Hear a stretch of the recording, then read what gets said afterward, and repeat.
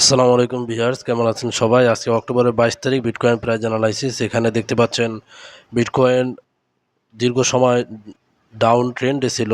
S4 এ আমরা এখানে দেখতে পাচ্ছি। এরপরে এখানে ব্রেকআউট এসেছে, এখানে স্পষ্টভাবে দেখতে পাচ্ছেন, এবং ট্রেন্ড লাইনের ব্রেকআউট এসেছে একটি আপ ট্রেন্ড ক্রিয়েট করে।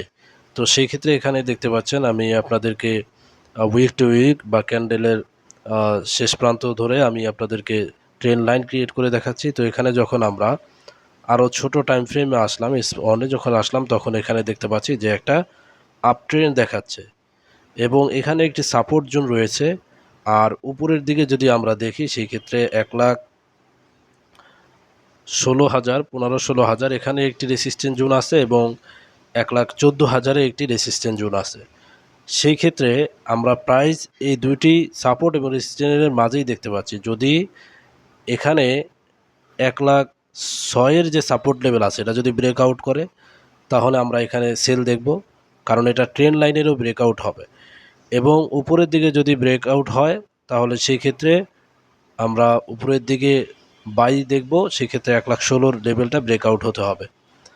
আর যদি আপনারা স্ক্যাল্পিং করার চেষ্টা করেন, সেই ক্ষেত্রে আপনারা এখানে স্পষ্টভাবে দেখতে পাচ্ছেন একটি চ্যানেলের মধ্যে প্রাইস চলতেছে, আপ ডাউন হচ্ছে।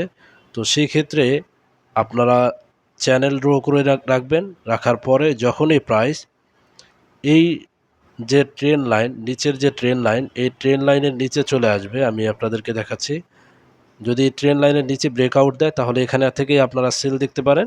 সেক্ষেত্রে সেল থাকবে রিটেস্টের হাইয়ের উপরে।